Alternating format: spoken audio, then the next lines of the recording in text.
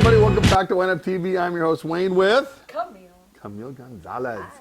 So, to give all respect to Ms. Gonzalez, we took a trip about 2 weeks ago down to San Diego. Good buddy of mine, Mike Barber, got married. Congratulations, Mike. And then afterwards, we went down and stayed in a little north of Ensenada. It was Puerto Nueve, in a friend of mine's house. It was beautiful down there. It was beautiful down there. And we went to the Mexican wine country in Baja. It's called Valle de Guadalupe. It's beautiful. It is beautiful. We live here in the wine country in Oregon, and we had to go to Mexico to go wine tasting. Yeah, but you know, this is the second time I've been to Valle de Guadalupe. I went about 3 years ago, and I kind of revisited some of the wineries that I went to before, and then there was a couple of others that were just unbelievable. I couldn't bring back all the wines because, you know, crossing the border and shipping them back and all this stuff. But a great story about this first wine we're going to try. Donald Miller, he's a retired banker. He's probably late 60s, early 70s. He raises Weimaraner German hunting dogs. His wife does Arabian horses. Wow. And he's got a bed and breakfast. He's got about 140 acres. This place is beautiful. And we just so happened to be there on a weekend that his wife was having a horse show. A big equestrian event there at the winery. And I'll tell you, I had purple hair, purple nails, 6'4", about 270. I go walking around. People are looking at me, right? Like, who in the hell is this crazy nut doing it at our horse show? But these horses were just beautiful. They were huge. That one stud, that black one, that jet black stud. I mean, he knew he was huge. This unbelievable. His shoulders were probably about as high as your head. Yeah, I mean this. What a class act. But when I went there 3 years ago, Jim makes 4 different wines. He does a rosé, all basically Rhone varietals, and then he has mezcal. I said tequila to him because no, we do mezcal. He was correct. It is mezcal. And so he does barrel-aged mezcal. So you do a wine tasting, then you get shit-faced on his mezcal, which it's great. It's just it's a really cool experience, and it's a bed and breakfast in the middle of wine country in Mexico. So the first wine we're going to talk about, it's called Uriel. It's their rosé, but I'll tell you, it is a dark rosé. Yeah, believe it or not, that's a rosé. This is a Mexican Still can't rosé. even see through it. Okay, so check out the blend on this. This is Uriel 2011 Vino Rosado. It has in it Mourvedre, Barbera, Tempranillo, Cinsault, Muscatel, Sauvignon Blanc, and Syrah. That is just like a kitchen sink blend. And it was really hot that day. It was so hot. It's so hot down there and dry down there, and that's how they grow these really hot climate grapes. But these wines, I think because it was so hot, the rosé really stood out.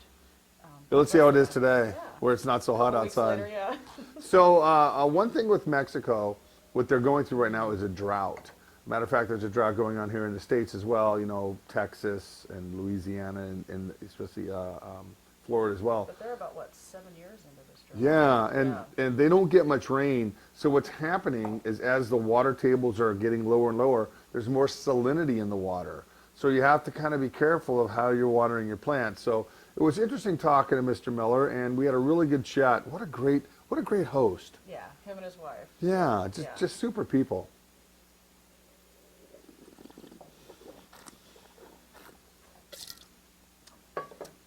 You know, again, bone dry, crisp, fruity, raspberry. Big bright fruit on the finish. Yeah, a little raspberry-like. Yeah, it's a little fruit bomb for a rosé. Very well structured, and it's about 200. No, let me see how many pesos would that be. You were very good at that. I know this was 86 pesos. That was like $6.50. Yeah. This wine here was like $14. And this wine here was $15. So you know we kind of got a few of them going on here. Yeah, really well priced wines. So yeah, I can't get them. I don't know. I don't know. Nobody's importing these things here in the States. I wish they would, just because it's something different. You know, you can get cocaine in pot all day long over the border. God forbid they let wine cross the border, because that wouldn't be right, right? I don't know. Well, the local government doesn't regulate that. This is definitely summertime, barbecued up some food. Hey, can you taste that muscatel in there? No. How about the Sensol? Oh yeah, that 2%. No, Oh yeah, I picked that up. that really at comes out, first. doesn't it? You know what? That's a really nice wine, and Yeah. I'll give it to Mr. Miller, to Donald. He's got a great gig going on. If you guys ever go down, Valle de Guadalupe is about 45 miles south of Tijuana, and we went to this little restaurant in the middle of nowhere. When I say the middle of nowhere, literally.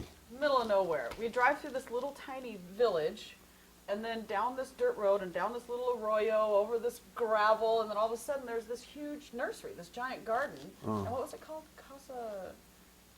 Something. Casa Awesome. Casa Awesome. But we get there, and it was a Sunday, and they had all this spread out, and they had a live band. So we sit down, and what do they start playing? Oye Como Va by Santana. Yeah, it's like they knew we were coming. Oh, it's for our American guest today. Aipa, aipa. It was unbelievable. All right, let's talk about the next wine. You know, we're going to do the Madeira last. Lecheto. All right, so you talk about Lecheto, and I'll kind of chime in. So we're driving down what's called the Ruta del Vino in Mexico, and it's the wine trail that takes you around to all the wineries. And we keep seeing these big signs for El Cheto, El Cheto. So we're like, okay, we got to go to this one. This looks like a pretty big, pretty reputable winery. We'll call it El Gallo by the end of this thing. We pull in, and there's people directing you in parking, like you're in the Disneyland parking lot. You know, Absolutely. you're over here in Peter Pan, and you're over here in the Cinderella section of the parking lot. So we get out, we walk up, and it's huge. But there's a big covered patio, a lot of people sitting out there having some food, drinking some wines. Over here under a big tree, people are just like cattle under a shade tree. And then all of a sudden, this woman walks up with this huge megaphone. And they all just congregate towards her, like 80 people to go on a tour. I don't know many wineries here in Oregon that can accommodate 80 people at a time on a big wine tour. Sure. Now, mind you, we're in Mexico. Camille Gonzalez and I walk up into the bar, right? And this one lady just starts talking to me in English. And Camille goes, why? How did you know we spoke English? And all she did was point at him. It was the purple hair. I know it. Not many 6'4" white, purple-haired Mexicans. No, but it was fun. Okay, so Lecheto, it was founded in 1925. So it's a lot of history, a lot of vineyards. It's like the Gallo of Mexico. They make about, what'd you say, 500,000 cases of wine? Right. And the different labels that they have, too. There was like a library bigger than this of all the different labels they have, previous vintages. That's some older wines, But you too. go in there, the tasting room, right? What'd they take out? What'd they pull out? Little plastic cups. Plastic to cups. taste it. And I look at her and I go, can we get a real glass? He goes, oh yeah, hold on, I'll get a glass. That's the kind of people that probably drink a lot of wine in Mexico. They don't know better. Yeah. But so this Lecheto, this was 86 pesos, 13 pesos to $1, about $6.50. This is the Petit Syrah. This is the 2009 Petit Syrah Valle de Guadalupe Vino Tinto. And on the back it says a bunch of stuff in Spanish. All right, so let's try this.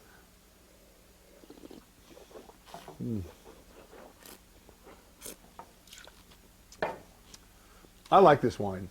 You know, you can call me crazy all day long. It's big, it's tannic, it's earthy. Trulin, it's slurpalicious. Just juicy and delicious. No, and it's just a good overall wine. You And know what? I do pick up a little saltiness in it. a little salinity, huh? Yeah, yeah. Got the little Mexican label right there on that. I bought some what I thought were Cuban cigars. You know, I'm a fucking typical American that got tooken by this Mexican. So I bought think they 5 of came them. From the Adobe Guadalupe, but from underneath the horses. I don't know who rolled these Like things. something from the bottom of a barn. These were horrible. Because when I was at Dave's down at the market, there's a little, amigo, excited, come on, got Cuban my cigars, Cubans. Cuban cigars. I'm thinking, okay, it looked authentic to me. Tasted like shit. They were horrible. They were mold. Oh, they were horrible. He was so excited. I was excited, you He tried know. to smoke one. Some Monte Cristos. I'm thinking, okay, let's throw it down. Scammers. All right, Lecheto. Very nice wine. So we picked up a couple bottles of these, and we had one of these the night that we cooked all that seafood for dinner. Well, that was horrible, wasn't it? Yeah. We went down to this Tough place detail. called Puerto Nueve, and all these boats, these little skippers come up on the beach and sell all the stuff that they catch every Yeah, day. they've been out fishing in the morning. They drag their boats up on the beach, and they've got just cutting boards and umbrellas right there on their boats. You just walk up and pick what you God, want. man, They'll scale oysters. it, gut it, and, Oysters, clams, tuna, yeah, God. We spider cooked up a crabs that were feast. huge. Yep. Oh, we feasted. I weighed 190 pounds when I went to Mexico. Now look at me. Some good Mexican All wine right. and some cheap Mexican cigars. And Olé. I would go again. I would go again. All right, so It this was one. nice because we actually did relax while we were there. Oh, I'll tell you what, Verizon knows exactly where the borderline is. I can take my phone, hold it over physically with my hand, service, no service. Verizon people are tough cookies right there. All right, so Madeira number 5. So when we went to Adobe Guadalupe at this horse equestrian event that they had on, there was also a wine tent. So there was 5 or 6 other wineries that were pouring their wines there, and this is one of the wines that was being poured. All right, so this guy, he was a great dude. Victor Segura. They're from what, Ensenada? Or? They are from Ensenada, BC. Yeah. A little further south than where we were. I like how he's got a Hotmail email address. You can never tell he's from Mexico, right? Victor Segura, they were really cool bowling shirts. The guy almost took one off and gave it I to know, me. huh? I'm still going to jam him for one. It had the number 5 on there. It was really cool. CA 126, Cava Aragon 126. Very, very nice stuff. And this wine really stood out. This is a Tempranillo Cabernet Sauvignon blend. It is 60 Tempranillo, 40 Cab Sauv, and this is the 2010 vintage. Again, $15 a bottle. This was the only other wine that we bought at that. I wanted to buy some more. Well, the red wine that we wanted to get from Adobe Guadalupe, they didn't have any. Yeah, the last bottle was down. I tell you, this is a polished nose. This wine just smells good. Caramely, a little bit of chocolate, a little bit of Mexican pasilla peppers. Tempranillo blend. Yum.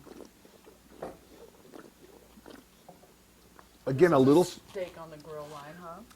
Dude, guys, this is delicious. This would even go with those little roadside tacos that we got on the way home. Oh my, there's another story. So we're cruising back of the Ruta del Vino, and you know these little cheesy little taco stands on the side of the road in the middle of nowhere? Flies flying all around, Flies are eating you more know. than the The customers. sweat from the cook's nose dripping off onto the grill with the food. Man, I had entrails. Yeah. I had some tacos, intestine tacos. So I'm not sure what was in my tacos because I was sent a couple. Slim, steps you would've down loved those. To buy some beer, and I come back and here's your tacos, honey. Your carnitas. But there's this little lady in the back with this big tub of masa, and all day long, just whipping out corn tortillas and those fresh tacos with radishes and limes and oh, so good. It was good. It was just so wonderful. People are so worried about going into Mexico. Well, dude, if you're looking for dope at 2 o'clock in the morning in Tijuana, you might get kidnapped. But if It doesn't matter where you're at if you're looking for dope at 2 in the morning. Yeah. You're taking your life in your hands. I don't know. I felt completely safe down there. Yeah. It's nice to see the federales have somebody They'll check. say this guy just about anywhere. All the federales and the checkpoints. You kind of look at my purple hair, they look at my nails, they go, okay, you can go. We don't want to know what you got in your Yeah, I could have smuggled whenever I wanted to at that point. But anyway, guys, thanks for tuning in. And, next time you go down to Mexico, and especially Tijuana, check out Valle de Guadalupe in Ensenada, Mexico. Ruta del Vino. Guys, have a great day.